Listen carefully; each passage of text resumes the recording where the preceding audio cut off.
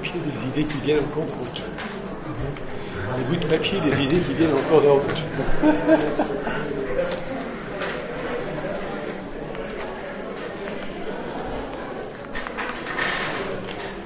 Bien. Il n'y a donc plus beaucoup de séances. Il y a celle-ci. La semaine prochaine, qui doit être le 18. Le 25, il n'y a pas de séance parce que c'est le lundi de Pentecôte. Et le 1er juillet, le 1er juin, oui, pas si vite quand même. Le 1er juin, il y a la semi-séance et puis l'habituel petit pot où on se fait plaisir. Voilà. On essaie. Bon, ça fait tellement d'années que on va pas interrompre. Bon, alors, j'ai encore un gros tas de papier, vous voyez. Bon, mais je dois d'abord me faire l'écho d'un certain nombre de propos d'auditeurs qui me disent être un peu désemparés par ce que je propose. Bon. Alors, je vais quand même, il est tout à fait inutile de poursuivre si vous êtes désemparés, c'est-à-dire si vous ne voyez pas où ça va. Bon. Disons de très en gros, après on aura le temps d'affiner, très en gros, il s'agissait, malgré moi, je dirais pourquoi malgré moi, encore d'un mouvement hyperbolique, c'est-à-dire se déprendre, se défaire de l'entendement ordinaire pour passer à l'entendement philosophant. Bon. Il y a des solutions à ça d'habitude qui sont: il est doué pour ça, il est bon pour ça, il appartient au métier, etc. Tout ça, ça ne vaut rien comme explication. Il faut que, évidemment, le processus soit lui-même philosophant. Le processus qui fait vous déprendre du comprendre ordinaire pour passer à un comprendre que j'appellerais, disons, spéculatif, exige du travail philosophique. Qu'est-ce que j'appelle le comprendre ordinaire? C'est le comprendre que nous pratiquons et qui est que il n'y a pas de problème tant que on peut poursuivre. C'est beaucoup de bruit là. Oui, c'est mon copain, comment il s'appelle? Bruno. Il ne faut pas l'engueuler quand même.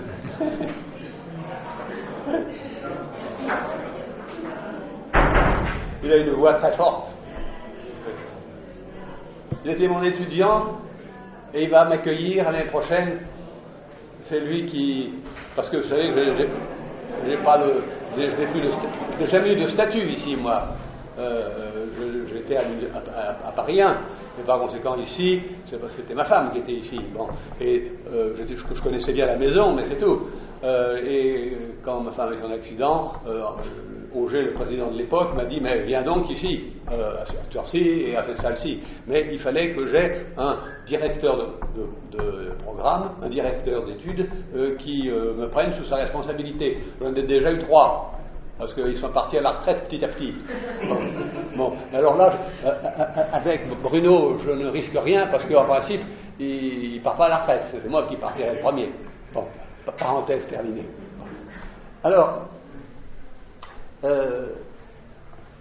j'ai peur que cette séance ne soit ce qu'on appelle déceptive, c'est-à-dire qu'elle ne vous apporte pas la satisfaction que vous seriez en droit d'attendre d'un comprendre qui a été satisfait. Bon, que vous preniez l'éthique de Spinoza, le gai savoir, la phénoménologie de l'esprit ou je ne sais quelles autres œuvres, elles exigent qu'il y ait un plus de satisfaction, peut-être pas Heidegger, un plus de satisfaction, un plus de joie et une plus grande puissance d'agir à la fin qu'au début, qui est évidemment abstrait au début. Bon, j'ai peur que moi je sois dans la démarche inverse, pas par décision, parce que je me suis aperçu qu'il était extrêmement difficile, sinon impossible, de décrocher l'entendement philosophique de l'entendement ordinaire. Autrement dit, il adhère quand même toujours un peu. Ce qui est une bonne chose d'une certaine façon, parce que ça évite à la philosophie de partir dans les nuages. Bon. Mais évidemment, ça oblige aussi à tenir compte du raboteux de la Terre. Bon. Si dans les nuages on ne rencontre pas de résistance, je prends l'image, si dans ce qu'on appelle l'éther, il n'y a pas de résistance, le sol ici est raboteux, et par conséquent on est obligé de suivre ces indications. Bon.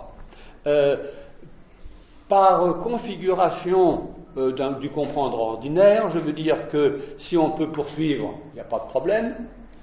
Si il n'y a pas trop de complications entre le semblant et le réel, si on accepte, c'est-à-dire que si il n'y a pas trop de trompe-l'œil qui fait prendre des vessies pour des lanternes, si le sens, c'est à peu près le bon sens. Hegel dit la philosophie, c'est le bon sens à l'envers. Hein, bon. Si, je dirais, le blocage ou l'aporie ne sont pas dirimantes, c'est-à-dire un blocage comme ça, eh bien, on dit que c'est le comprendre ordinaire. Il n'est pas du tout le même, cet entendement-là, que celui qui s'occupe de l'un, du tout, du sens et du réel. Bon. Se dépatouiller entre le réel et ce qui ne l'est pas, quand on fait de la philo, c'est pas facile. Bon, je suis ici dans l'entendement philosophant. Hein. Je vais être très simple aujourd'hui. Hein. Bon, j'essaie toujours d'être très simple, au maximum. Bon, ce qui est difficile, c'est les choses difficiles, car elles sont difficiles, exposées simplement. Là, c'est la seule règle que je me suis donnée. Pas de, je dirais, de langue excessivement technique, mais pas non plus de philosophie de vitrine, de bazar. Bon. Alors,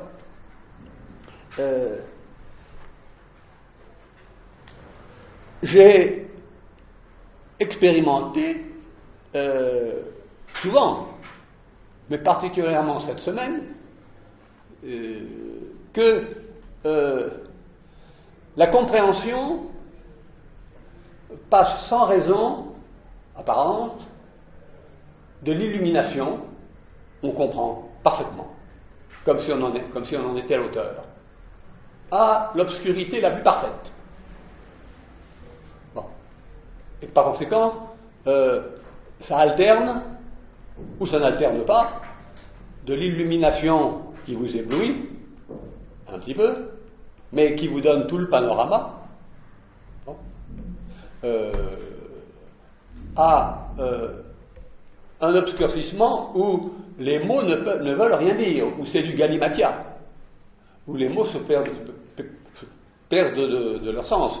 Je me souviens de Lyotard disant « Il ne faut pas exclure l'hypothèse que quand on lit la science de la logique, Hegel, on ait de temps en temps l'impression qu'on a affaire à du galimatia, c'est-à-dire une montagne de mots.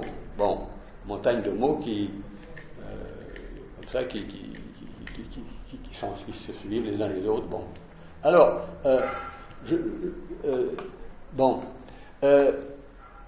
autrement dit, la compréhension n'est pas une constante.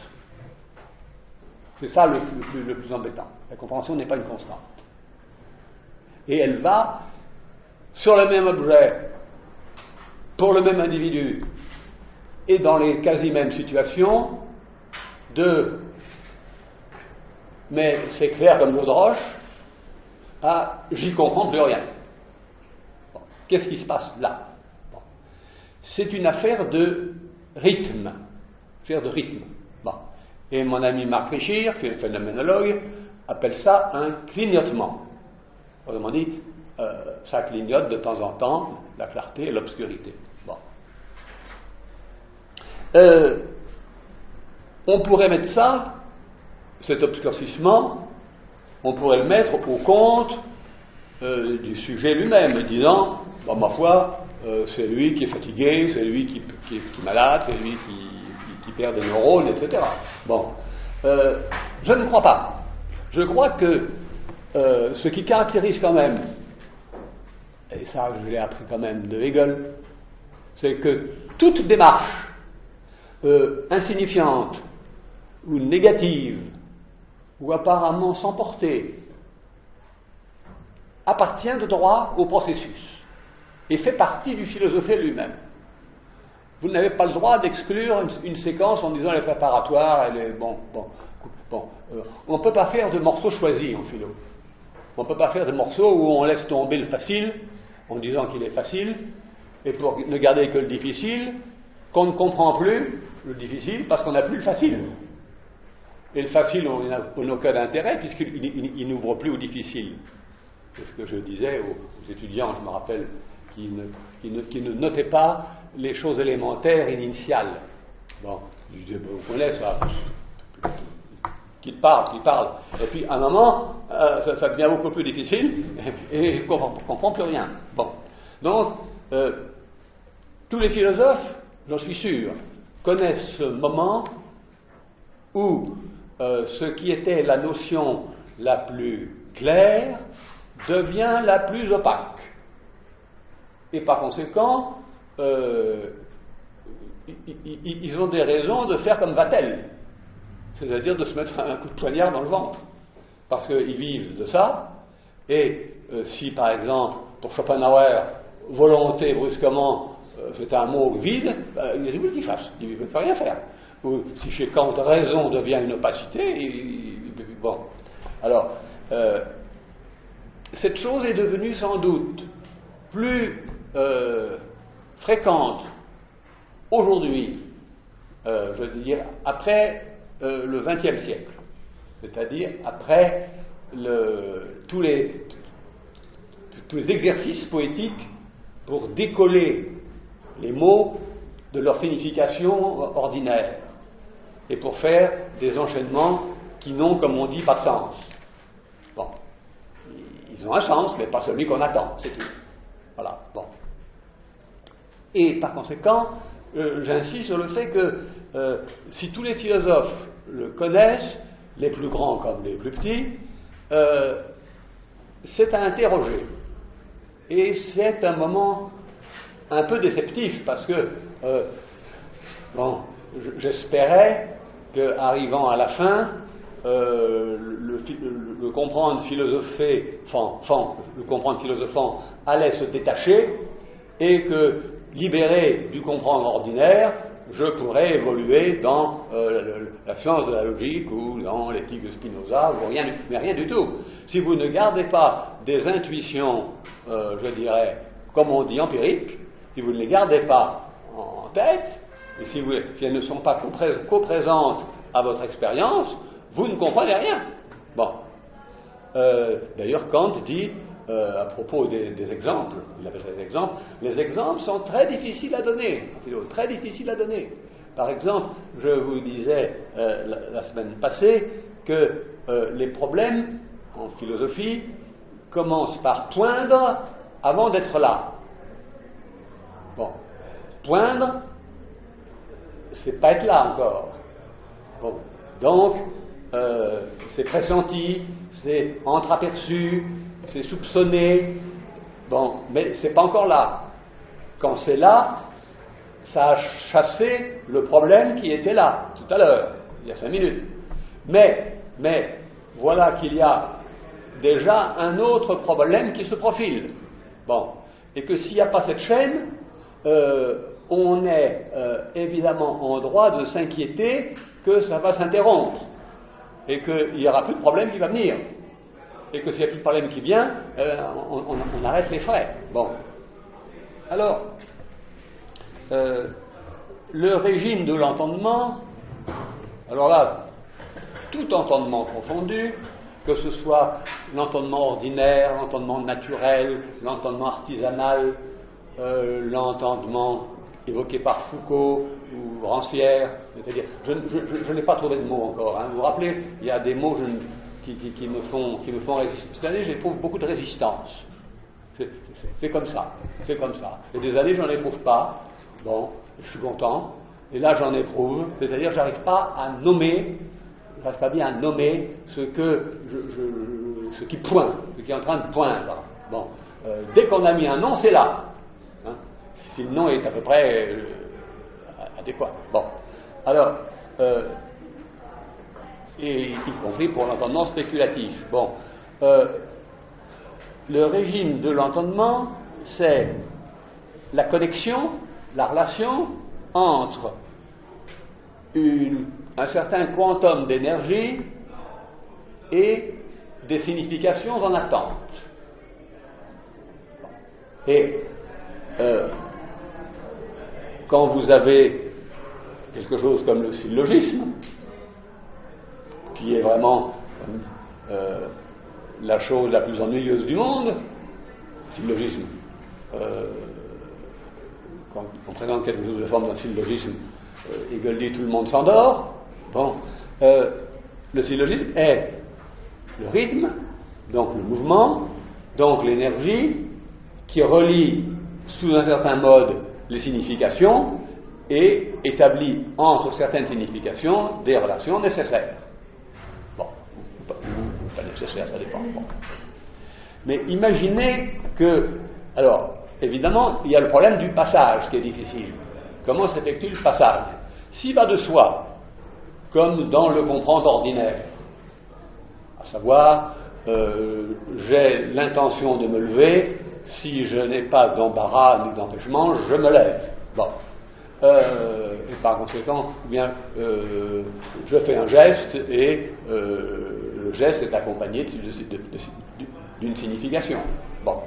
Donc, là, on a l'impression qu'il y a une contiguïté qui ne pose pas de problème. Mais, il y a des cas terribles où, précisément, le passage est bloqué. Il est bloqué essentiellement par ce que Aristote a qualifié d'aporie, c'est bien son nom, aporos, alpha privatif et poros. Poros, c'est la voie de passage, entre autres. C'est du commerce, mais enfin, c'est pas le revenu, mais enfin, c'est pas son rapport, tout ça. Et la règle est que, elle est très intéressante cette règle, le discursif, c'est-à-dire l'enchaînement des significations, ne peut passer que sur une ligne à la fois. Et si vous voulez faire passer en même temps deux significations, il y a embrouille. Bon. Quand on est... ça évite tout équivoque. Même Platon essaie de faire passer deux ou trois significations en même temps. Bon. Et après, c'est pour ça qu'il peut piéger l'adversaire, parce que l'adversaire dit voilà ce que j'ai compris. Ah mais non, c'est pas cette signification-là qui a été retenue, c'est l'autre. Bon. Alors, il est évident que les présocratiques ne linéarisent pas. Bon, on ne peut pas écrire de la philosophie comme de la musique. Ce serait pas mal, ça. C'est-à-dire, je pense qu'il y en a qui ont rêvé ça. C'est-à-dire de pouvoir avoir un entendement qui soit comme une portée, où il y ait des significations qui soient propres à chaque ligne, mais qui composent. Je pense qu'il y a des poèmes qui doivent jouer là-dessus. Je pense qu'il y a des poèmes qui doivent jouer là-dessus, surtout quand ils jouent sur la visualisation des mots, la visualisation sur le papier. Bon, je crois que, mais l'impératif discursif, c'est que ça passe sur une seule ligne. Et les apories, c'est quand on a voulu faire passer deux chaînes de signification sur la même ligne. Il y a blocage. Bon. Alors, quand il y a blocage, il persiste, lui. C'est pourquoi Aristote, qui était un homme qui aimait les fonctionnements, un homme qui dit ce qui est, quand il est en acte, quand il est en pleine disposition de ses propriétés, doit fonctionner. C'est-à-dire qu'il ne doit pas y avoir d'anomalie naturelle. Bon, un arbre qui ne donne pas de feuilles, c'est pas normal. Une poule qui ne donne pas d'œufs, c'est pas normal. Bon, autrement dit, là il y a. Bon, si vous connaissez, ça doit être à Sienne, la fresque de Lorenzetti du bon gouvernement. Si vous en faites une lecture aristotélisante, vous verrez que tout fonctionne. Tout fonctionne, c'est-à-dire que l'entrée dans la cité comme la sortie, les écoles, les commerces, les ménages, tout marche en même temps. Les ménages et les couples, tandis que dans le mauvais gouvernement, c'est le contraire. Ça se heurte. Bon, c'était des aristotélisants qui savaient que Aristote avait privilégié le bon fonctionnement. Nous, il nous ennuie. Il nous ennuie. Disons depuis Duchamp, il nous ennuie. Et on préfère les fonctionnements qui ont des ratés ou les fonctionnements inutiles. C'est-à-dire qui n'ont aucun résultat. Alors, je reviendrai là-dessus tout à l'heure. Mais ce que je voulais, c'est évidemment insister sur le fait que la crise, c'est une crise, hein. Bon, j'ai toujours énoncé ici depuis je ne sais combien de décennies, pas de crise, pas de philo. Hein. Ça, on pourrait le mettre ici, là. Hein. Pas de crise, pas de philo. Alors, il y a plein de sortes de crises. Mais c'est un moment où quelque chose d'une énergie ne va pas à la rencontre ou ne s'accole pas à une signification, c'est-à-dire à une orientation. Parce qu'une signification, c'est aussi une orientation d'action, etc. Bon, c'est pas seulement ce que je disais la semaine passée. Voilà. Alors,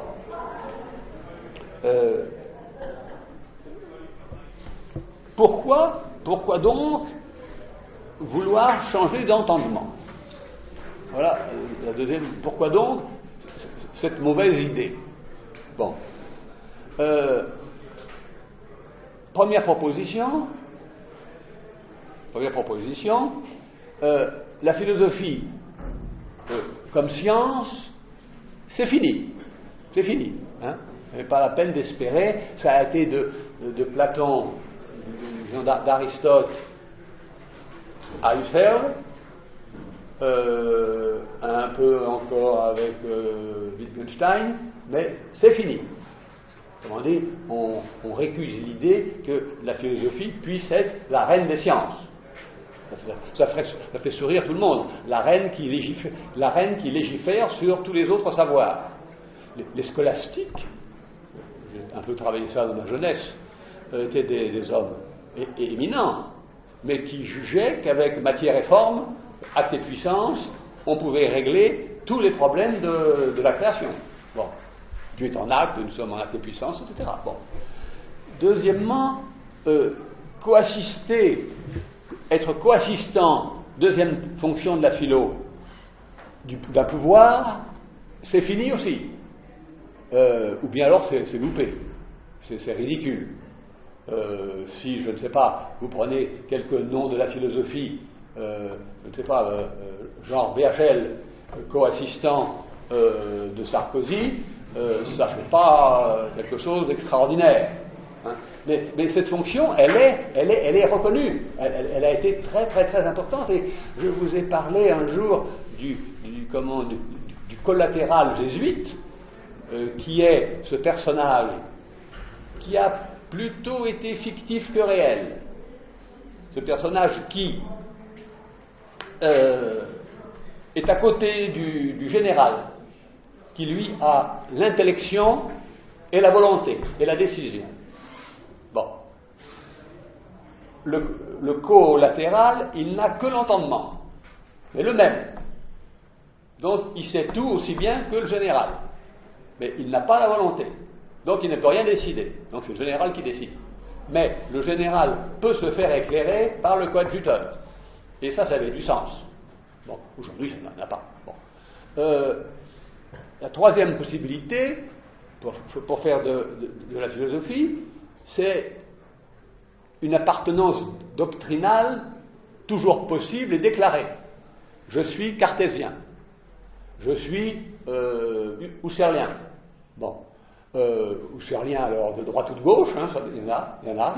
Hein, il y a des aristotéliciens de gauche, de droite. Ernst Bloch était aristotélicien de gauche. Lacoulabart se disait, c'est lui qui me l'a dit lui-même, alors je ne trahis rien, il dit, moi, on doit me considérer comme un déridien de droite. Bon, je suis la droite déridienne. Bon, voilà sa phrase, je suis la droite déridienne.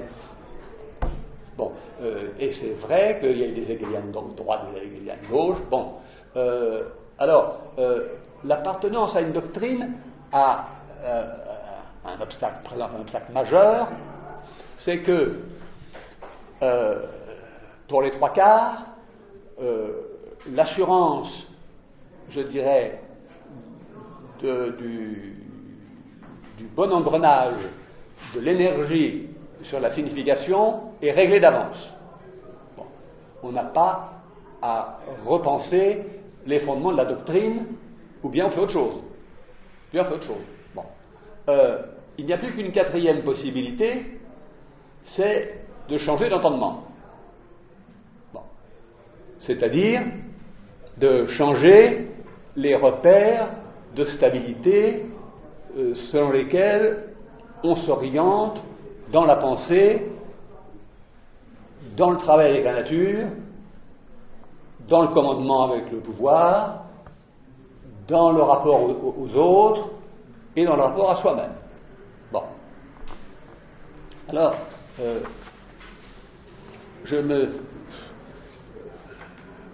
difficile de faire sauter. Vous savez, quand les significations sont inertes, c'est très embêtant. Qu'est-ce que vous voulez faire d'une signification inerte qui ne vous dit rien? Bon, qui vous dit rien. Bon, vous avez beau essayer de... Bon, on a tous des significations qui sont restées à l'état inerte. Bon, par exemple, je vais vous en donner des exemples. Bon, par exemple, ce qui s'appelle chez Kant, le nom m'échappe tellement, c'est opaque pour moi. Là, comment ça s'appelle? Je ne trouverai pas. Ça va me revenir. Ça s'appelle, c'est pas l'hypotypose, ça c'est très connu, mais ça s'appelle, c'est quelque chose du côté de la synthèse. C'est un mot kantien. Je n'ai jamais pu le charger de sens. Bon. Et je me rappelle par exemple d'un professeur comme Alquier, à la Sorbonne jadis, il disait, moi, je crois que je comprends Spinoza, mais je ne réalise rien. C'est-à-dire, je ne réalise rien, je ne vois pas à quelle expérience ça correspond. Et on peut avoir cette impression. C'est vrai. Bon. Alors, vous vous rappelez, je vous ai dit, on est obligé de faire appel à une imagination de l'entendement. Je reprends un petit peu des choses dans une autre langue pour essayer de faire se dissiper le sentiment d'incongruité, parce que c'est incongru. Je sais très bien que c'est incongru. Bon, mais comme disait Valérie, Rimbaud, ce sont des incongruités pertinentes. Bon, pas mal ça, comme pour définir Rimbaud.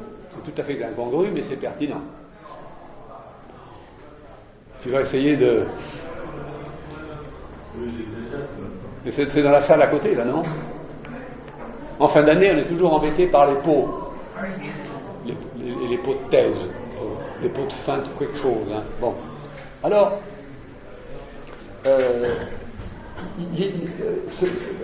quelle est l'imagination qui va me permettre d'éclairer une signification inerte. Il y a un texte très intéressant de Wittgenstein là-dessus, que je vais vous lire et qui va sans doute vous éclairer un petit peu. La forme grammaticale du verbe ajuster, du verbe être capable et du verbe comprendre sont les mêmes. Bon, autrement dit, si vous tenez ensemble ajuster, être capable et comprendre, vous avez fait un pas dans c'est le comprendre ordinaire, ça, hein. Bon, je le précise, hein. Exercice, c'est lui qui dit, pour faire un exercice. Quand dit-on qu'un cylindre C s'ajuste dans un cylindre creux enfin 2C, point d'interrogation. Seulement quand C, le cylindre C, s'enfonce dans CC. Quelquefois, nous disons que C cesse de s'ajuster à CC à tel moment. Quels critères sont employés dans tel cas pour que cela arrive à ce point-là? Que doit-on maintenant pour être capable? Vous avez vu s'ajuster, bon, l'image n'a aucun intérêt, elle est maigre, elle est pauvre, vous avez un cylindre creux et vous avez un cylindre plein, ça ronde comme ça s'ajuste, vous comprenez ce que veut dire s'ajuster par l'expérience même. Bon, il n'y a pas besoin d'aller chercher le midi à 14 heures. Bon, alors, être capable.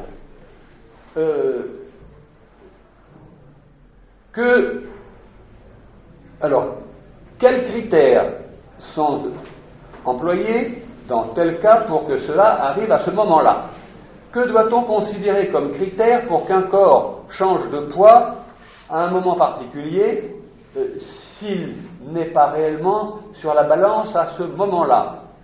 Hier, alors ça veut dire, il le dit plus loin, je regarde un poids, je me dis, je suis capable de le soulever, je vais pour le soulever, j'y arrive pas. Donc je ne suis pas capable. Ou bien, je m'approche et je le soulève, donc je suis capable. Donc être capable, c'est un équivalent de comprendre. Comme les scolastiques, saint Thomas avait, c'est étrange comme problème, avait, et très moderne, envisagé la représentation de l'énergie qu'il fallait déployer, qu'il fallait investir dans un geste pour qu'une boule en touche une autre. Boule, mettons, hein. Bon. C'est très difficile, ça, de faire dans sa tête la transformation du quantum d'énergie qu'il faut mettre en œuvre musculairement pour déployer un mouvement adéquat à celui qu'on projette. Bon. Et un autre exemple. Hier, je savais le poème par cœur. Aujourd'hui, je ne le sais plus. Dans quel genre de cas y a-t-il un sens à demander quand ai-je cessé de le savoir?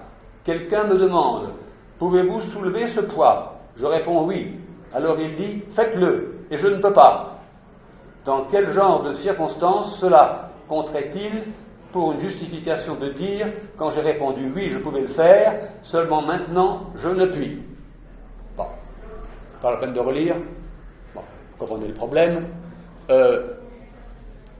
Il s'agit il est dans mon cas, hein, il est dans le cas de tous les philosophes, mais lui plus particulièrement, il se dit, comment vais-je faire comprendre ce que j'appelle comprendre, sans en appeler à, vous savez ce que ça veut dire, comme faisait Krasuki.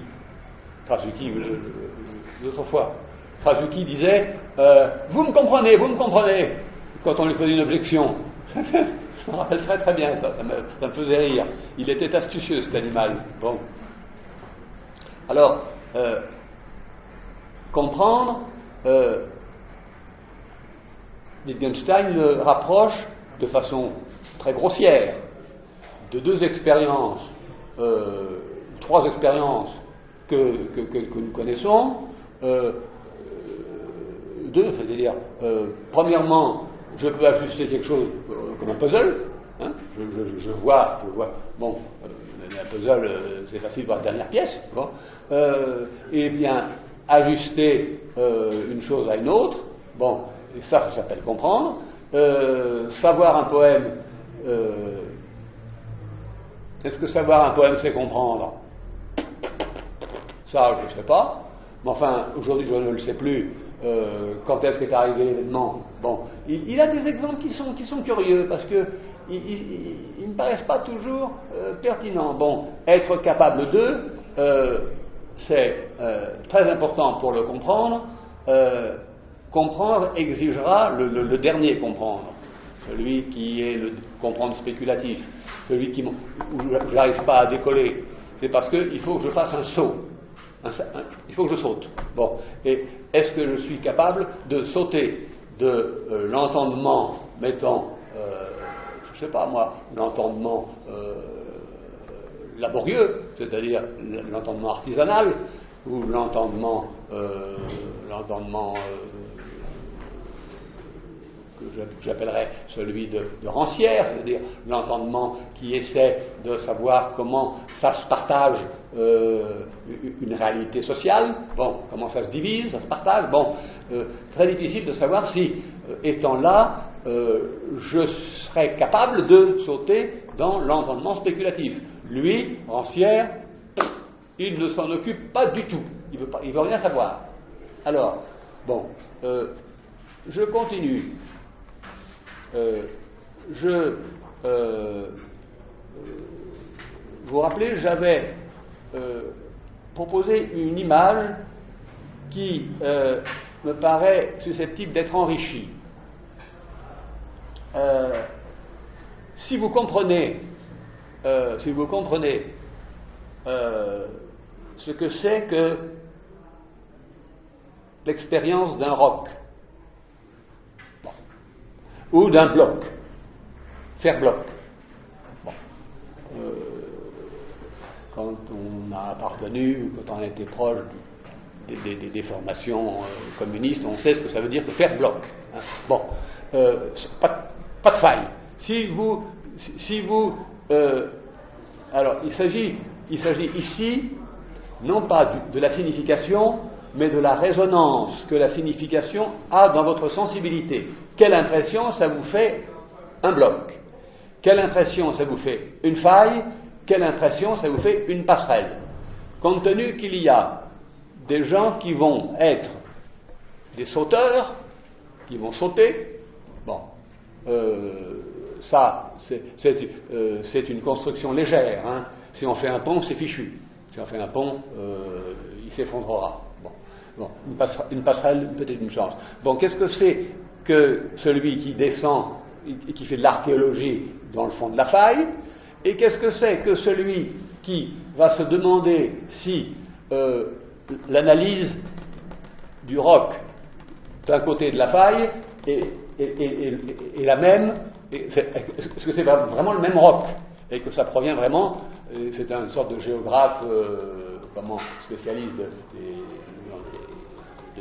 de minéralogie, et vous voyez que on peut appliquer ça à la philo, c'est-à-dire qu'il y a par exemple, je prends un exemple chez Aristote, il y a une faille énorme entre tout ce qui concerne les problèmes de la signification et tout ce qui concerne le problème des animaux, je vous l'ai dit ça. Bon. Et par conséquent, on ne voit pas pourquoi il y aurait de la transition et du passage. Bon. J'avance un peu. Bon. Je vous disais aussi que certains m'avaient demandé que je relise le texte de Valéry que j'avais lu ici sur le entre. Bon. Parce que je l'avais lu trop vite et que entre, c'est évidemment indispensable, puisque c'est là qu'il y a l'aporie, entre la réserve d'énergie, qui, si finalement n'arrive pas à s'écouler, va faire un blocage à l'entrée et faire une paralysie, provoquer une paralysie. Bon. Que vont exploiter tous les... Puisque ce sont des métaphores concrètes, mais qui concernent toujours des actes de philosophie. Si vous laissez trop d'énergie s'accumuler, vous allez faire naître des sophistes qui vont vous apprendre qu'on peut à la fois bouger, ne pas bouger, marcher, ne pas marcher. La philo grecque en est pleine de ça. Bon, de gens qui profitent disons, d'un blocage du mouvement pour dire du mouvement, on peut dire ce qu'on veut de lui, qu'il a lieu, qu'il n'a pas lieu, qu'il a lieu en même temps, qu'il a lieu en même temps dans le sens inverse. Bon, comme ça, bon, en même temps, comme ça, bon, c'était l'horreur pour Aristote, ça, et Platon l'accepte comme dans les enfers, les fleuves des enfers vont comme ça, mais c'est les fleuves des enfers, hein. Bon, bon. Alors, Valéry écrit dans le dernier tome de ses cahiers, le tome 29, les gros tomes, hein, de 1000 pages, et dans le dernier, ou presque le dernier cahier. Je le relis parce que c'est quand même très intéressant. Alors, guillemets, entre, il n'y a pas d'article avant, entre, fermez les guillemets, parenthèse, inter, le latin, inter, bon, il va à la ligne. Cet opérateur que Hilbert prend comme indéfinissable, à la ligne. Voilà un signe bien plus digne de réflexion que pas un des substantifs qui occupent la philosophie guillemets. Donc, les substantifs, terrible piège. Bon. Le mot entre, alors, paragraphe, entre, engendre du reste des noms comme distance, intervalle, durée. Si je recite ce texte, c'est parce que il y a une phrase qui pour moi est énigmatique, cet opérateur que Hilbert prend comme indéfinissable. Bon, c'est vrai ça. Je crois que monsieur, mon ami Daniel, est mathématicien de profession, donc bon. Si les philosophes avaient dit ça, terminé, il n'y a plus rien à faire. Bon, ils sont en permanence dans plutôt l'intervalle qu'aux extrêmes. Et c'est ça qui, vous comprenez, qui joue entre la faille et la passerelle. Bon, alors je continue pour essayer alors, c'est là qu'arrive l'événement que je n'arrive pas à produire, c'est-à-dire l'acte que je n'arrive pas à produire, c'est un saut pour me déprendre des contraintes du comprendre ordinaire.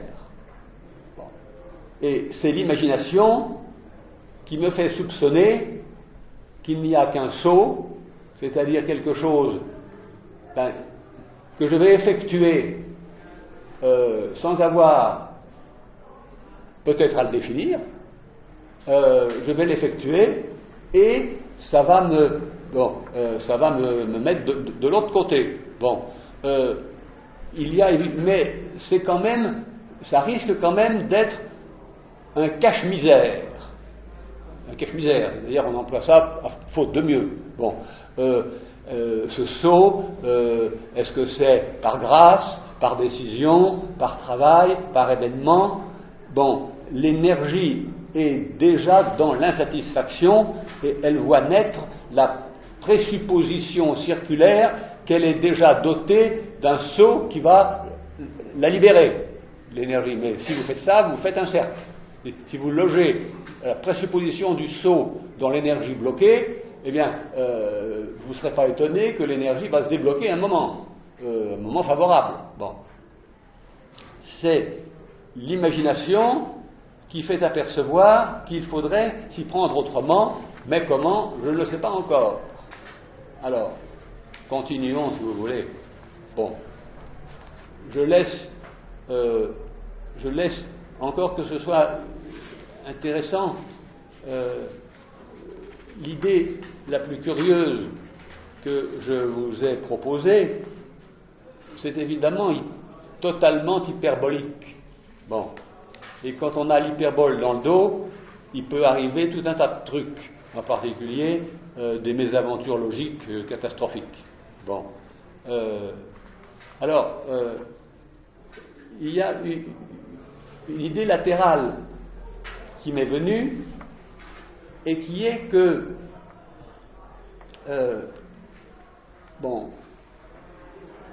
il ne faut pas que la philosophie soit quelque chose de tarabiscoté. Ça, c'est indispensable. Indispensable. Si c'est tarabiscoté, c'est du flan. Bon. Donc, elle doit coller au monde. Elle doit coller au monde. Bon. Alors, si elle colle au monde, ça fait 2 fois le monde. C'est inutile. Bon. Vous faites des descriptions du monde. Bon. Mais, elle est le monde lui-même, allégé ou enrichi, comme vous voudrez, par un travail que la philosophie effectue, qui est d'absenter le monde. Je vous disais une fois, vous vous rappelez peut-être, que Bach disait j'aurais écrit la même musique, même si Dieu n'existait pas. Bon. Et les Grotius disaient j'aurais écrit le même droit naturel, même si la nature n'existait pas. Je trouve que ça, c'est formidable comme façon de procéder, c'est-à-dire de faire tenir une cohérence très grande. Dieu sait si le droit naturel, c'est de la cohérence, Dieu sait si le travail de Bach, c'est de la cohérence, sur une absence de support. Sur une absence de support. Ça ne repose sur rien. Bon. Ce qu'on a beaucoup de mal à, je dirais, envisager. Mais quand on envisage ça, je fais autant de tentatives pour vous rendre sensible que la philosophie qui m'intéresse, c'est-à-dire l'hyperbolique, c'est-à-dire celle qui a été pratiquée sous le nom par les philosophes, bon, les plus majeurs, ne font absolument jamais reposer leur traité sur une expérience ou nationale, ou politique, ou amoureuse. Bon. Et d'ailleurs, c'est vrai, vous savez, c'est vrai. Alors, on me dit que qui n'a jamais été amoureux comprendra mal la Chartreuse de Parme. Il y a de grands débats là-dessus. Il y a de très grands débats. Les critiques littéraires sont pas bons là-dessus. Ils pinaillent sur des éditions, mais il ferait mieux de pinailler sur est-ce que qui n'a pas fait l'expérience d'eux peut comprendre, je dirais, avec assez de justesse, Madame Bovary ou n'importe quoi. Bon, alors, voilà une autre. Bon, quelle imagination, ma question est celle-ci, quelle est l'imagination qui pourrait alimenter les différentes puissances du philosophé jusqu'au philosophé hyperbolique, c'est-à-dire celui qui a derrière lui consenti à une proposition déconcertante, voire contradictoire. Et là, je vais tâcher de vous dire tout de suite qu'il y a 3 positions vis-à-vis de la contradiction en philosophie. Bon. Ou bien, elle est devant vous, c'est un repoussoir. C'est-à-dire que dès que vous la voyez approcher, vous orienter autrement. Bon. Ça, c'est, disons, la philosophie classique. Bon. Ce qu'on aura appelé dialectique, c'est la philosophie qui fait avec les contradictions et qui juge que la contradiction est productrice et que par conséquent elle est intégrée alors avec ceci que le résultat est évidemment assez semblable aux prémices, mais incroyablement enrichi par la contradiction. La contradiction enrichit. Bon, en principe, la contradiction, c'est inadmissible. Hein. Et puis, ceux qui font gaiement, de gaieté de cœur et de façon décidée, une proposition hyperbolique contradictoire, bon, et puis qui la laissent flotter dans leur dos, bon, et qui disent on verra bien ce que ça donnera. On verra bien ce que ça donnera. Bon. Et ils sont surpris que des fois, ça ne.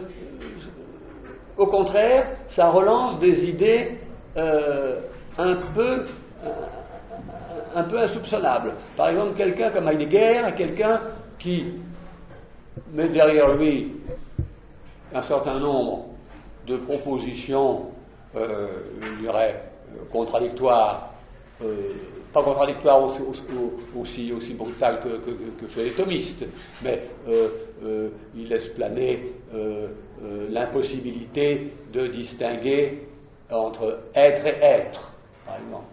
Hein, bon, alors, si vous ne pouvez pas distinguer entre être et être, vous ne savez pas où vous en êtes. Bon. Alors, il a fini par consentir à, je pense au livre qui s'appelle Apport Beiträge à la philosophie, il a consenti à écrire l'un des deux Sein, S-E-Y-N, qui est non pas le Sein, S-E-I-N, du ciel est bleu, c'est-à-dire de la copule, c'est-à-dire de la mauvaise philosophie, disons, c'est-à-dire de celle qui a un commencement, une continuation et une fin. Ça n'intéresse pas, mais il voudrait inaugurer un nouveau commencement qui est celui du surgissement de l'événement, qui n'a pas d'antécédent, qui ne prévient pas, qui se dirigera comme il se dirigera, et qui aura les conséquences qu'il aura. Bon. Et cet Ereignis là, c'est comme ça que ça s'appelle, bon, l'événement, hein, il le fait relever du Sein avec un Y. Bon. Mais qui n'est qu'une graphie un petit peu sophistiquée que les traducteurs s'efforcent de maintenir, mais qu'il est difficile de maintenir. Bon. Alors, donc, je me suis employé alors, je vais vous dire ce que j'ai essayé de faire ici. Je me suis employé par des images et par des manœuvres, parfois étranges, en vous donnant seulement des indications. L'indication, c'est une chose précise que Husserl avait caractérisée et que De Santi pratiquait beaucoup, à savoir en donner assez pour que l'autre puisse en faire quelque chose avec. Bon. Dans sa langue à lui. Bon. Dans sa langue à lui. N'importe comment. Bon. Mais pas, ça s'oppose au développement. Le développement, il faut attendre que la chose ait lieu. Bon, le développement, c'est le grand concept du XIXe siècle. Bon, il faut, pour le développement, c'est pas seulement l'indication. Bon, l'indication, ça implique qu'il y ait une collaboration dans le comprendre, que on n'est pas tenu d'être dans le comprendre à l'unisson, c'est-à-dire tout le monde comprenant la même chose, mais que chacun à partir de l'indication, puisse, en son registre et dans son affectivité, effectuer la transposition de l'indication selon ce qu'il est. Si par exemple il y a un musicien ici, je serais très content que, au lieu de prendre des notes, il écrive de la musique. Bon, prendre de la musique. Bon, très bien. Bon, ça c'est bon. Donc, je me suis employé en donnant des indications à faire comprendre. C'est-à-dire là il y a une destination. À faire comprendre ce que j'avais fini par appeler philosophie. Bon, parce que je n'ai pas appelé tout de suite philosophie ça, hein. J'ai appelé philosophie d'abord, ma foi, ce qui s'appelait de ce nom-là sous la discipline. Bon, hein, c'est avec les années que je me suis libéré de la contrainte d'appeler philosophie ce qui est sous la discipline philosophie. Mais d'appeler philosophie la mise en œuvre d'une énergie énorme, détournée détournée de toute réalisation matérielle, et peut-être même parfois de toute satisfaction, ça peut arriver, pour convertir cette énergie déconnectée de la destination mondaine, elle était déconnectée, hein, bon, de la convertir en, je dirais, un enchaînement de significations qui doivent résonner en vous comme des échos dans un vide, pour que vous puissiez satisfaire aux significations. Car ce qu'il y a de plus important, c'est ce que ça éveille en vous, une signification. Pour ceux qui ont la pratique du divan, la signification est le déclic qui permet à d'autres significations sans rapport de venir s'enchaîner. Bon, ce qui n'aurait pas été possible 5 minutes plus tôt. Mais pour ça, il faut une énergie. Il faut une énorme. Bon, sans énergie, rien du tout. Bon. Alors, je ne reviens pas parce que ce serait trop long sur cette insatisfaction qui est la nôtre, d'avoir cette constitution-là, et d'avoir cet entendement qui peut donc connaître l'aporie. Nous préférerions de beaucoup être des anges, ou Dieu lui-même. Même Dieu c'est beaucoup. Bon. C'est-à-dire, l'entendement est créateur, là. L'entendement est créateur. Bon, autrement dit, notre entendement n'est pas créateur. Hein. Bon, c'est dommage. Bon. Alors, je vais un peu continuer. Bon. Pourquoi avoir insisté sur le changement de comprendre? Naturellement, dans mon projet, je n'ai rien à vous apprendre. Ça, c'est la première chose qui est la règle de ma déontologie. J'estime ici n'avoir rien à vous apprendre. Bon. Il y a l'école pour ça. Il y a l'école des études en sciences sociales. Moi, je suis annexe. Bon.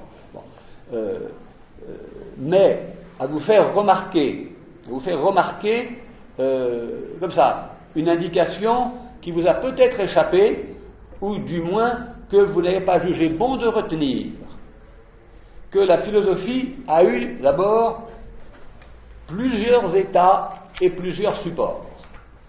Alors, je redonne sous un autre angle les prédicats qui caractérisent la philosophie que je pratique. Savoir faire quelque chose et un bon usage des déviations. En principe, les déviations, ça se corrige. On peut les corriger, mais j'ai toujours pensé que si j'aime tant Nietzsche, c'est que il est tout le temps en train de faire un nouvel usage d'une déviation qu'il vient allègrement de faire, de produire. Bon. Il est évident que l'éthique de Spinoza ne dévie pas. Bon, c'est évident. Bon. Il est évident que Platon le sait qu'il faut dévier, mais il sait aussi qu'il faut atteindre. Donc ici, à un moment, il dit, allez, on a assez dévié, maintenant, revenons au point important. Et hop. Mais il se serait idiot de couper la déviation et de dire à la poubelle. Bon, dans la déviation, il y a généralement des trésors. Bon, des trésors. Aristote fait très peu de déviations. Très peu de déviations. Bon, très peu. Bon. Donc ils ne sont pas si nombreux. Ce serait plutôt si on accepte ce clivage entre des philosophes plutôt scientifiques et des philosophes plutôt littéraires, ce seraient les philosophes plutôt littéraires qui seraient à même de faire un bon usage de la déviation. Le premier point. Le deuxièmement, c'est renoncer, faire de la philo, à un certain confort. Ça, c'est vrai. C'est pas confortable. C'est pas confortable parce que il y a toujours quelque chose qui est mal réglé. C'est un problème de réglage, la philo. Problème de réglage. C'est un problème de moteur et de réglage. Il faut régler l'énergie et la signification. Bon. Alors, et comme il n'y a pas de règle, et qu'il faut du flair, eh bien, c'est le réglage qui vous donne. Alors, il y en a qui ont l'habitude, il y en a qui ne savent pas. Bon, par exemple, quelqu'un comme Bergson est un extraordinaire, c'est extraordinairement poli parce qu'il sait admirablement régler les à-coups. Bon, c'est très bien réglé. Nietzsche c'est mal réglé comme tout. Bon, mais c'est pas grave ça. Bon, alors, mais on renonce à un certain confort. Bon, c'est-à-dire une bonne disposition. Troisièmement, il faut toujours s'attendre à un accident potentiel majeur. Il faut toujours s'attendre à un cataclysme. Enfin, on est servi aujourd'hui. Mais si on pense que le cataclysme est un accident et que il n'est pas inscrit dans une certaine logique de l'imprévisibilité, et que être philosophe, c'est s'attendre et donc toujours être sur le qui-vive, prêt à partir ou prêt à faire quelque chose. Bon. Et puis, c'est éprouvé comme une dislocation entre l'usage ordinaire et ce qui requiert d'être entrevu comme peut-être inouï. Alors, il y a une question que je voudrais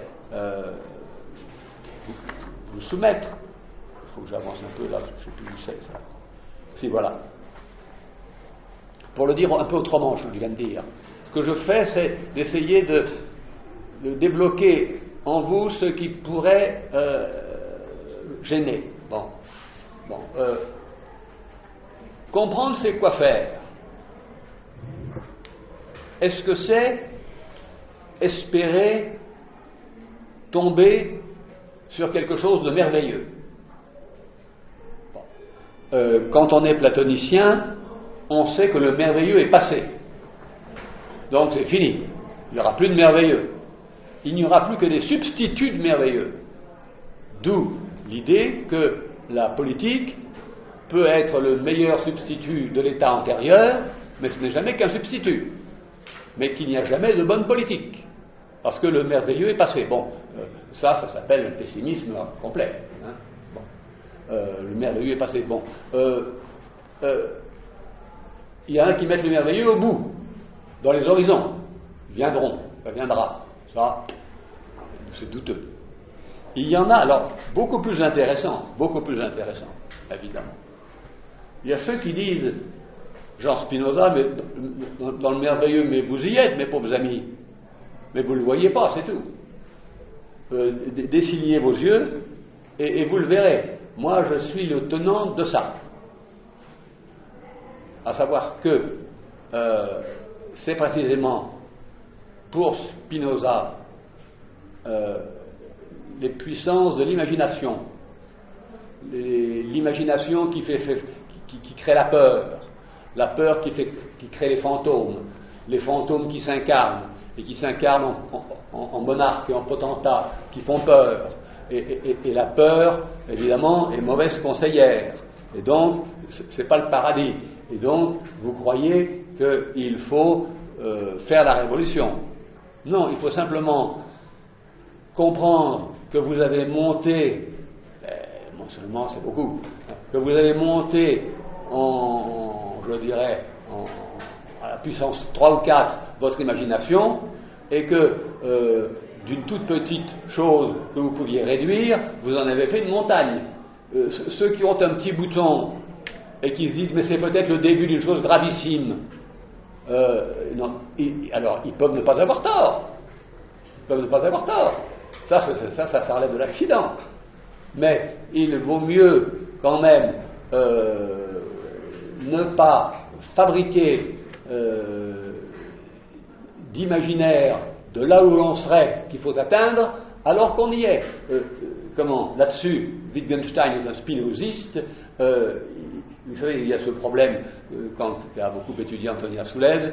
Quand on est arrivé quelque part, il faut rejeter l'échelle, comme si on était monté sans échelle. Bon. Donc, à chacun de se débrouiller, évidemment. On ne laisse pas l'échelle pour les autres. On n'est pas dans les bonnes œuvres. Alors, c'est évidemment le plus difficile à accepter, de croire que nous sommes déjà dans la joie spinoziste, mais que c'est les autres, les appareils, les institutions, les religions qui nous font croire que c'est d'avenir. Bon. Et par conséquent, c'est pas mal ça, c'est pas mal. Bon. Mais il faut. Alors,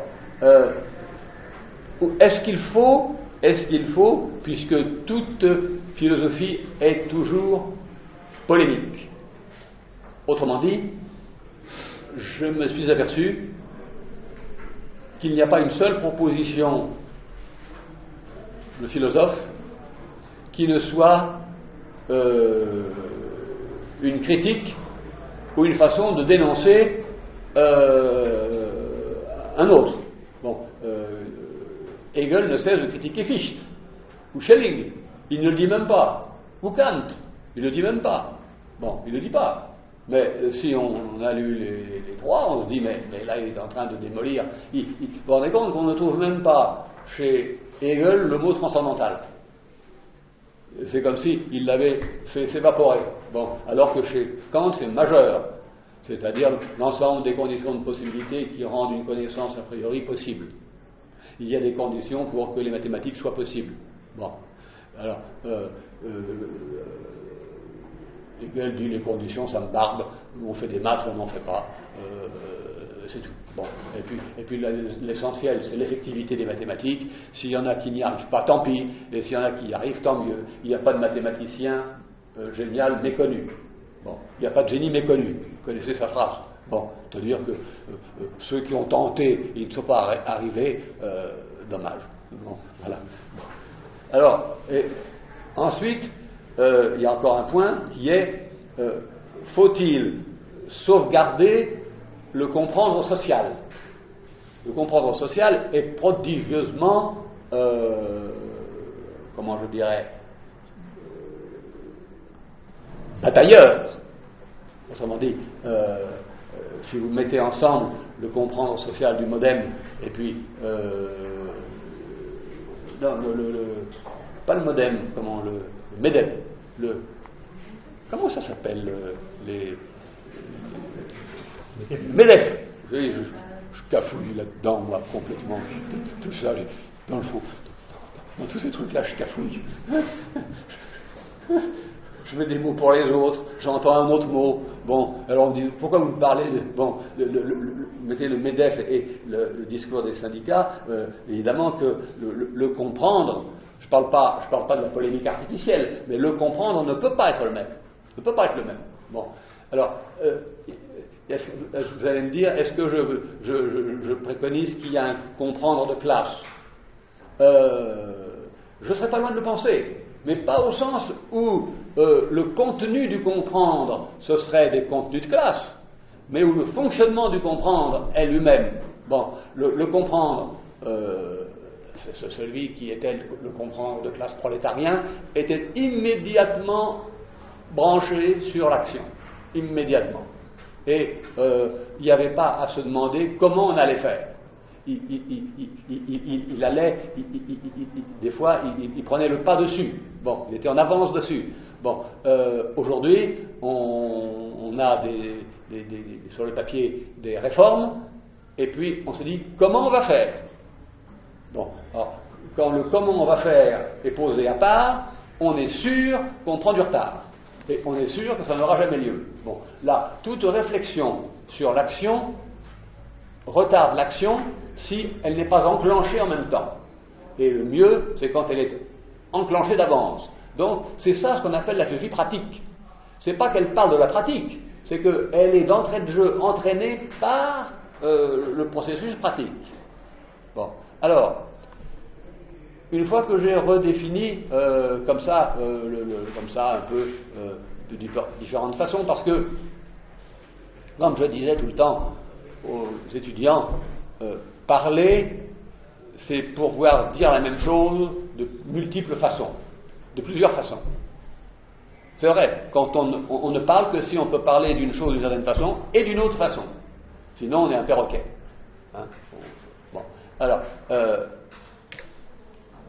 il y a plusieurs états pour la philo, et c'est un point très difficile à faire rentrer dans les têtes, ça. Ça, je le sais, parce que je l'ai éprouvé. Bon. L'état que vous connaissez le mieux, c'est l'état de livre et l'état discursif. Ça me paraît naturel. Les livres, il y a des livres de philosophie avec des phrases de philosophie, et bon, c'est très bien. Bon. Mais il y a au moins trois autres façons pour la philosophie d'avoir lieu. Quand elle est critique, elle est en train de ruiner les fondements. Autrement dit, vous croyez qu'il y a un édifice, mais avec un doigt, vous le faites s'effondrer. C'était la fonction de la critique. Je me suis occupé autrefois de Marx, il y a longtemps, et ce qui m'intéressait chez lui, c'était un moment où je m'occupais de pourquoi on a du mal à faire des livres au XIXe siècle. Pas tous, mais certains. Mallarmé, célèbre. Et il y en a au moins un autre qui est célèbre, c'est Marx. Il a beaucoup de mal à faire des livres. Il est exceptionnel comme critique. J'ai jamais vu un aussi bon critique. Autrement dit, il ne reste rien de ce qu'il a critiqué. Rien. Bon. Mais, il est si bon critique qu'il est embarqué dans la critique lui-même. Bon, et quand il pousse le mur, il tombe avec. Bon, c'est pourquoi, quand il fait un livre, comme le Capital, il est obligé d'aller chercher comme substrat la logique de Hegel. Et vous avez vu le mal qu'il a à finir un livre. D'ailleurs, il n'en finit quasiment pas. Bon, dans mon esprit, c'est pas du tout une réserve. C'est simplement qu'il jugeait que le lieu où la philosophie a son siège, c'est la critique, c'est-à-dire la destruction des fondements, en admettant qu'on appelle fondement ce sur quoi on fait reposer l'édifice philosophique, évidemment. Et quand l'édifice est bon. Mais il y a deux autres supports. Il y a la vie elle-même qui est philosophante. La vie elle-même est philosophante. C'est-à-dire qu'elle est le support silencieux, continu, lié à une organicité, féconde, capable de déviation, fini, transmissible. Alors aujourd'hui on pourrait dire peut-être fabricable, je n'en sais rien. Bon, je n'en sais rien. Bon. Mais en tout cas, il y a au moins ces 7 paramètres qui font que la vie, si Bergson, c'était quelqu'un qui vous disait, si vous savez être dans le courant de la vie, le courant vital, l'élan vital, vous n'aurez pas de problème. Vous ne connaîtrez pas l'objet problème. Donc vous ne ferez pas de philo au sens où que c'est un problème que je ne peux pas résoudre. Bon, comme le mien en ce moment. Bon, c'est parce que je ne suis pas assez bien dans l'élément vital. Mais comme je viens de dire qu'il faut renoncer à un certain confort, c'est pas facile d'être à la fois dans le rythme de la vie et dans un certain inconfort. Bon, mais je crois qu'il faut d'abord passer par l'inconfort pour retrouver le rythme. Si j'arrivais à m'inscrire dans le rythme vital, c'est peut-être par là que je pourrais m'en tirer, puisque mon objectif, vous n'oubliez pas, hein, aujourd'hui c'est une séance où j'essaie de recadrer ce que je veux faire. C'est de décoller du comprendre ordinaire pour essayer de manœuvrer dans un comprendre qui n'est pas ordinaire. Le comprendre spéculatif qui... je vous ai dit, hein, ces objets, non? Un, tout, sens et réel. Bon. Alors, la vie est un extraordinaire support. Bon. Et Hegel le pensait aussi. Bon. Ça ne veut pas dire qu'on prenne la vie pour objet de la philosophie, mais ça veut dire qu'on fait de la philosophie en tant qu'on est vivant. En tant qu'on est vivant. Et surtout pas en tant qu'on est en train d'anticiper sa mort. Vous savez bien que les stoïciens préconisent philosopher comme si vous étiez mort. Il y a un beau titre d'un je ne sais plus si c'est écrit ici, je ne sais plus. En devenant de la couleur des morts. Il faut philosopher en devenant de la couleur des morts. Pas gai, ça. Bon, pas gai. Bon. Mais à l'opposé, Spinoza dit le sage est sage même en dormant. Même en dormant.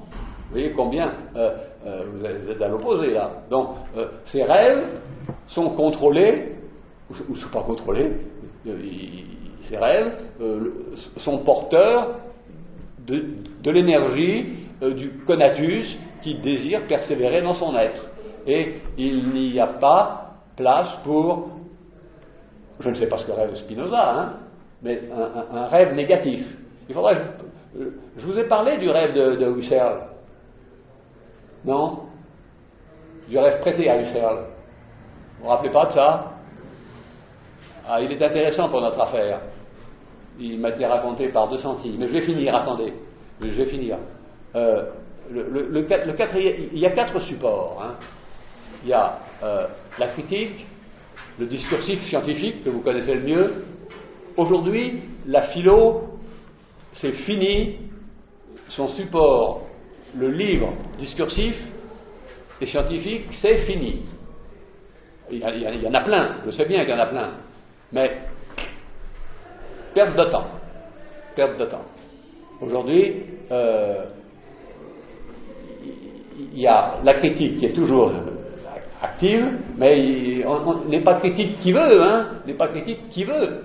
Oh là là, oh là là. Bon, il y a la vie, c'est-à-dire un élan créateur qui n'a jamais peur des déviations. Puisque, personne ne le dit bien, la vie n'a fait que dévier. Bon. Il y a une déviation qui est meilleure qu'une autre, on l'exploite. Et puis, il y a un dernier support qui est celui que j'ai toujours eu du mal à faire accepter quand j'étais à la fac. Je voyais bien les étudiants me disaient oui, mais on sait bien ce que ça veut dire, oui, les étudiants. Ils vous disent oui, oui, mais c'est non, non. Bon, on n'a rien compris. Bon, à savoir que les présocratiques, on dit qu'ils font des poèmes sur la Fucis. Bon, c'est vrai ça. Il y a des poèmes. Bon, des poèmes qui sont homothétiques, qui sont parallèles, comme dirait Spinoza, parallélisme, avec la nature elle-même, la Fucis, qui a ses lois et ses règles et qui fait de la philo. Bon, ça nous est très curieux à nous d'imaginer que nous puissions faire de la philo sans subjectivité, sans un sujet, mais c'est quand même très récent, vous savez. Saint Thomas, quand il fait de la philo, le jeu de Saint Thomas, le JE de Saint Thomas, c'est pas le jeu de Thomas, c'est le jeu d'une institution qui est l'Église. Et d'ailleurs, il écrit des commentaires des évangiles sur ordre des papes.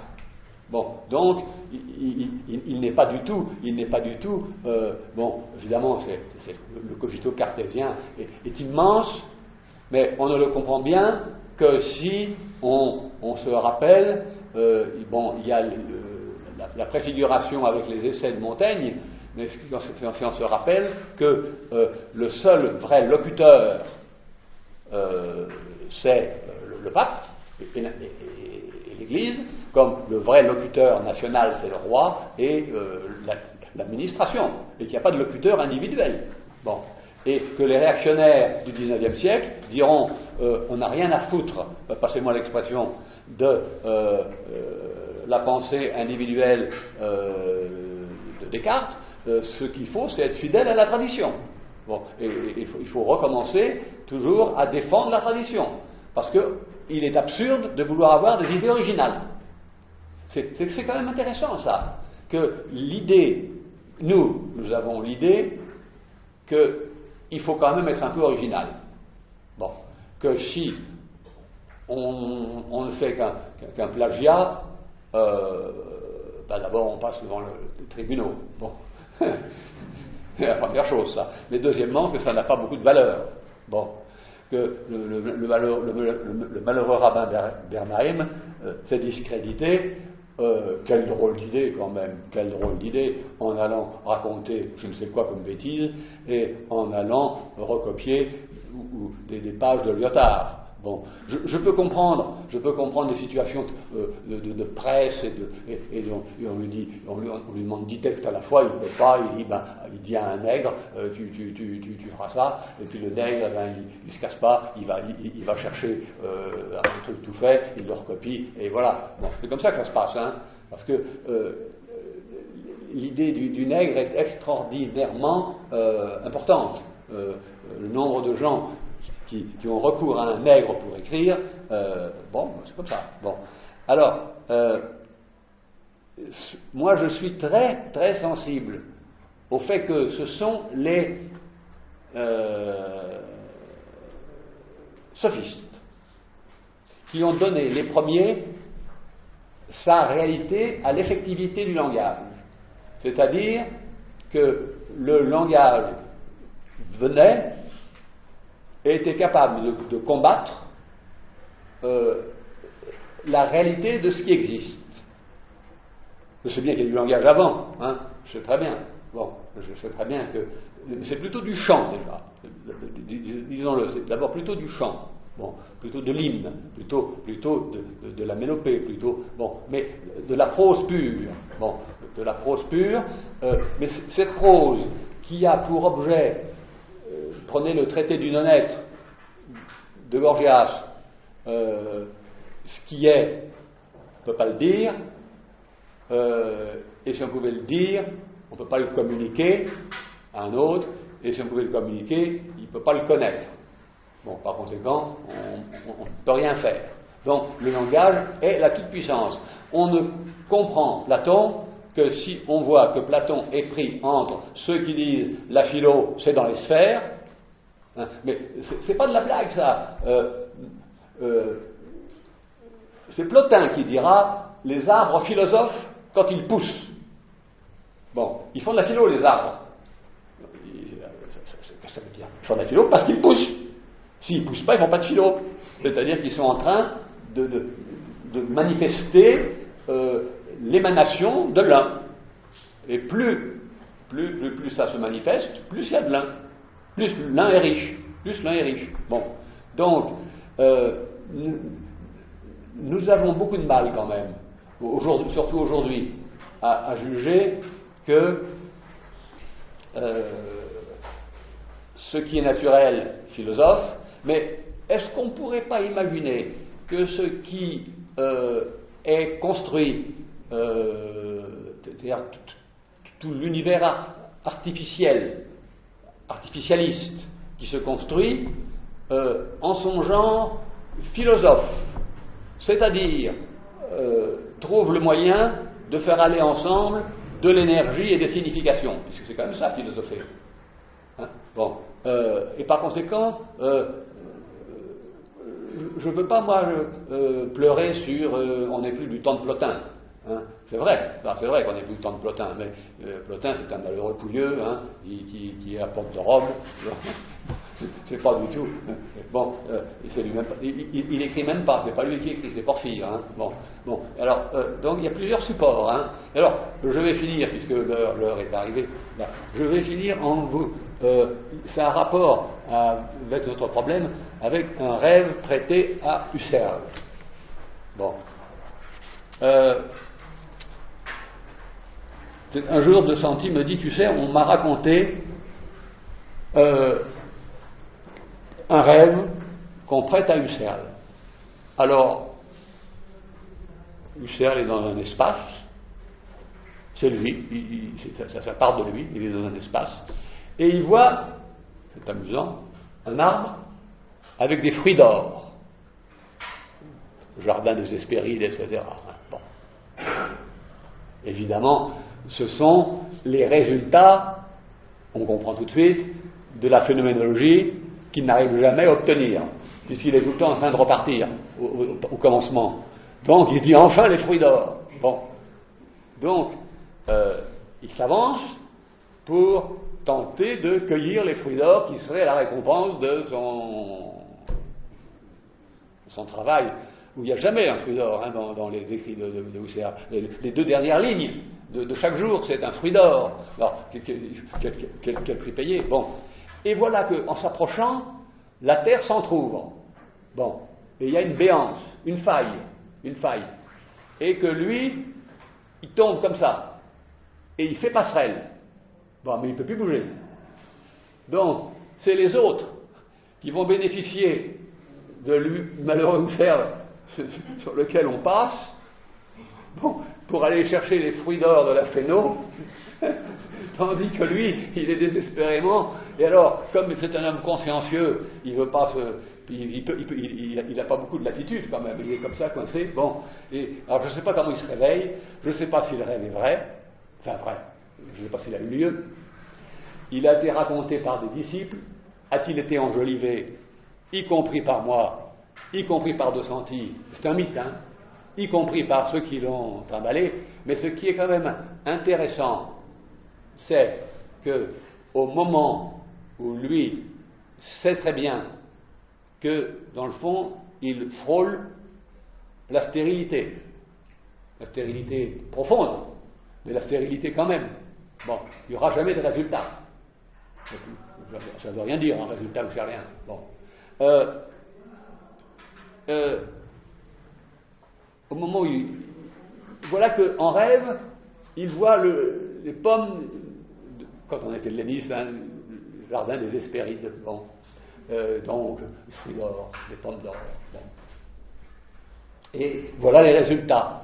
Et au moment où il va atteindre une faille, c'est-à-dire la nature qui s'entrouvre, et il ne peut pas. Et il devient celui par lequel on aura accès aux fruits d'or, mais lui n'aura pas accès aux fruits d'or. Il y a un côté Moïse là qui n'entre pas dans la terre promise, mais qui fait passer les autres, la terre promise. Alors, si je vous donne des histoires, c'est d'abord parce que c'est plaisant, les histoires. Bon, ça a une vertu, les histoires. Moi, je trouve ça une vertu. Bon, j'aime beaucoup qu'on me raconte des histoires, surtout quand elles sont un peu spéculatives. Bon, quand elles sont spéculatives, elles me plaisent. Et elles font comprendre. C'est elles qui donnent le comprendre. Bon, je ne crois pas que c'est en triturant, en essayant d'extirper de soi les habitudes qu'on a prises, de penser dans le fond que le bon sens est encore la chose du monde la mieux partagée, que dans le fond, entre le semblant et le réel, si ça passe, ça va. Hein. Bon, est-ce que c'est vraiment, par exemple, une vraie bonne mayonnaise, ou bien est-ce que c'est un semblant de mayonnaise? Si c'est correct, ça passe. Bon, on est en plein semblant là-dedans, semblant partout. Hein. Bon, qu'est-ce que j'ai encore comme critère? Bon, je ne sais plus. Bon, j'ai perdu le papier où j'ai mis l'ensemble des 4 critères. Il est peut-être là. Voilà. Bon, alors que nous savons bien qu'il y a des moments où il y a du blocage. On voit bien que ça ne marche pas tout seul, mais on sait bien qu'il y a des embouteillages, mais on sait qu'ils ne seront pas éternels. Bon, et par conséquent, ça ne pose pas de problème. Et on sait très bien que si on vous dit 1, 2, 3, 4, 5, le dernier des idiots peut poursuivre, quand même, non? Vous pouvez poursuivre, non? Hein, en général. Bon, mais il y a des cas où c'est plus difficile de poursuivre. Hein, bon, et évidemment, la grande spéculation, c'est de savoir comment on va poursuivre quand on a l'un.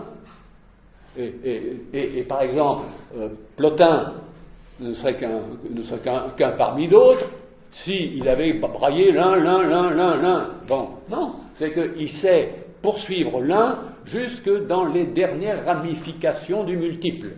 Et c'est ça qui est intéressant. Bon, alors Hegel n'aimait pas Plotin, parce qu'il disait on part toujours de l'un et pour arriver au multiple. Bon, mais il aime personne, Hegel, il aime personne, donc laissons tomber. Bon, je me demande qui il aime, dans le fond. Bon, je me demande qui il aime. Parmi les philosophes, pas beaucoup. Bon, mais Plotin, bon, ou bien encore, si vous voulez, l'aporie. Aristote dit l'aporie c'est bien, et nous aimons bien quand il y a un peu de difficulté. Bon, je connais un célèbre indianiste qui fait plusieurs heures de sudoku par jour. Dieu sait si... Hein, sudoku, ça existe ça, hein? Je ne me trompe pas là, non? Bon, j'aurais pu me tromper encore, hein? Bon, ben, un grand indianiste, hein? Bon, si je disais son nom, ça le desservirait, mais très très très important. Bon, qui est un ami. Bon, donc par conséquent, il aime bien jouer, ou bien jouer aux échecs, hein, jouer à tout ça. Bon, jouer là où il y a du blocage, de l'obstacle, de la difficulté. Bon, mais il ne faut pas que ce soit insurmontable. Bon, et Aristote dit, vous Grecs, vous êtes des rigolos parce que quand vous avez une aporie, vous la mettez au maximum. Donc blocage définitif. Et puis les petits socratiques, les socratiques de gauche, hein. Oui, ah oui, Platon et Aristote, c'est les socratiques de droite. C'est de la droite socratique, ça. Bon, les socratiques de gauche, c'est-à-dire qui ne construisent rien, qui n'ont aucun respect, qui sont cyniques, qui se foutent de tout le monde, qui se foutent de la postérité, alors que les deux autres, hein, si ça compte la postérité, hein, bon, Diogène il s'en fiche. Diogène, bon, Aristote était très élégant, Diogène est en Locke, mais il s'en fiche. Bon, mais alors, tous ces petits socratiques ont en commun un défaut, c'est qu'ils hypertrophient, ils font malgré eux un hyperbolisme. C'est l'hyperbolisme de l'aporie, qui n'est pas, lui, on ne peut pas le défaire, c'est un nœud trop serré. Aristote dit, baissez le niveau d'exigence des problèmes et vous pourrez les résoudre. Et ce qu'il faut, c'est toujours s'y prendre pour que le problème soit de la taille de la résolution possible. Et une bonne philosophie est faite de problèmes et des résolutions des problèmes. Bon, voilà, je vais arrêter là puisqu'il est moins 20. Donc, je voulais faire cette séance un peu à part. Elle aurait dû arriver plus au milieu parce que peut-être que ça vous aurait mieux orienté. Je voulais vous indiquer comment vers où ça allait tout ça, quoi. Mais de toute façon, je ne finis jamais, vous savez, je ne finis jamais, donc ne vous inquiétez pas. Voilà. Alors la semaine prochaine, une séance normale ou bien, je ne sais pas, si la chance est avec moi, si les dieux sont avec moi, j'aurais trouvé un déblocage, ou bien je ne l'aurais pas trouvé, mais ça dépend pas de moi, pas tout à fait de moi, ça dépend un peu des dieux quand même. Hein. Bon, c'est-à-dire, ça dépend en moi du mauvais démon qui consiste à mettre trop haut la difficulté. Quelqu'un me disait l'autre jour, oui, avec toi tout est impossible, ou bien tout est difficile. C'est vrai, faire 2 œufs plats c'est difficile, je dis ça sans arrêt. Bon, et c'est vrai, je le maintiens. Bon, mais je sais que j'exagère, mais c'est comme ça. C'est comme ça. Alors, si d'aventure je n'exagérais pas, j'aurais peut-être une proposition pour débloquer et libérer le dernier comprendre, le comprendre spéculatif des 3 autres. Bon, je sais que 2 noms me manquent. C'est drôle que les noms vous manquent quand même. Ça m'agace, ça m'agace. C'est-à-dire celui qui correspond au déplacement de frontières et celui qui correspond à le comprendre mystique, les gens comprennent, mais ça va, il y a de la mécompréhension là-dedans. Ils vont croire que c'est curaillant. Bon, et c'est pas du tout ça. Mystique voulant dire que il y a à la fois du double langage que certains initiés comprennent, pas tous, et qu'il y a des mystères, c'est-à-dire des choses qui ne sont pas à révéler. Alors, ça s'appelle des secrets, hein, bon, voilà. Et puis, l'entendement naturel, qui est celui que nous pratiquons quand nous disons qu'est-ce que c'est qu'un arbre. Bon, ça c'est le comprendre naturel. Bon. Qui est circulaire, parce que quand on dit qu'est-ce que c'est qu'un arbre, on le sait. Hein. Donc, si vous faites attention à la question qu'est-ce que, on sait toujours ce que c'est quand on pose qu'est-ce que. Bon, c'est 200 qui m'a dit pas de question qu'est-ce que. Bon, alors, bon, mais il faut s'y prendre autrement. Par exemple, Aristote dit il ne faut pas poser la question pourquoi une maison est une maison. Ça, c'est ridicule. Vous êtes grotesque, vous paraissez être philosophe, vous êtes un crétin. Mais pourquoi ce tas de briques, ces poutres et ces clous peuvent être une maison? Ce qui paraît une nuance, mais qui est décisif. Parce qu'il y a l'eidos de la maison, il y a le travail et il y a le travailleur. Bon, et par conséquent, là, la question est pertinente et on n'a pas le droit de demander qu'est-ce qui fait l'unité de quelque chose. Ça n'a pas de sens. Pourquoi ce petit réveil et ce petit réveil? Bon, on sent bien que la philosophie a eu tendance à être ridicule, par là-dessus, mais sur des questions qu'est-ce que l'essence? Qu'est-ce que l'essence? Ça paraît sérieux, mais ça n'est pas plus. Ça n'est pas plus. On le sait ce que c'est. Puisque on fait croire qu'on sait ce que veut dire qu'est-ce que. Bon, ce qu'on ne sait pas, c'est le point d'interrogation et essence.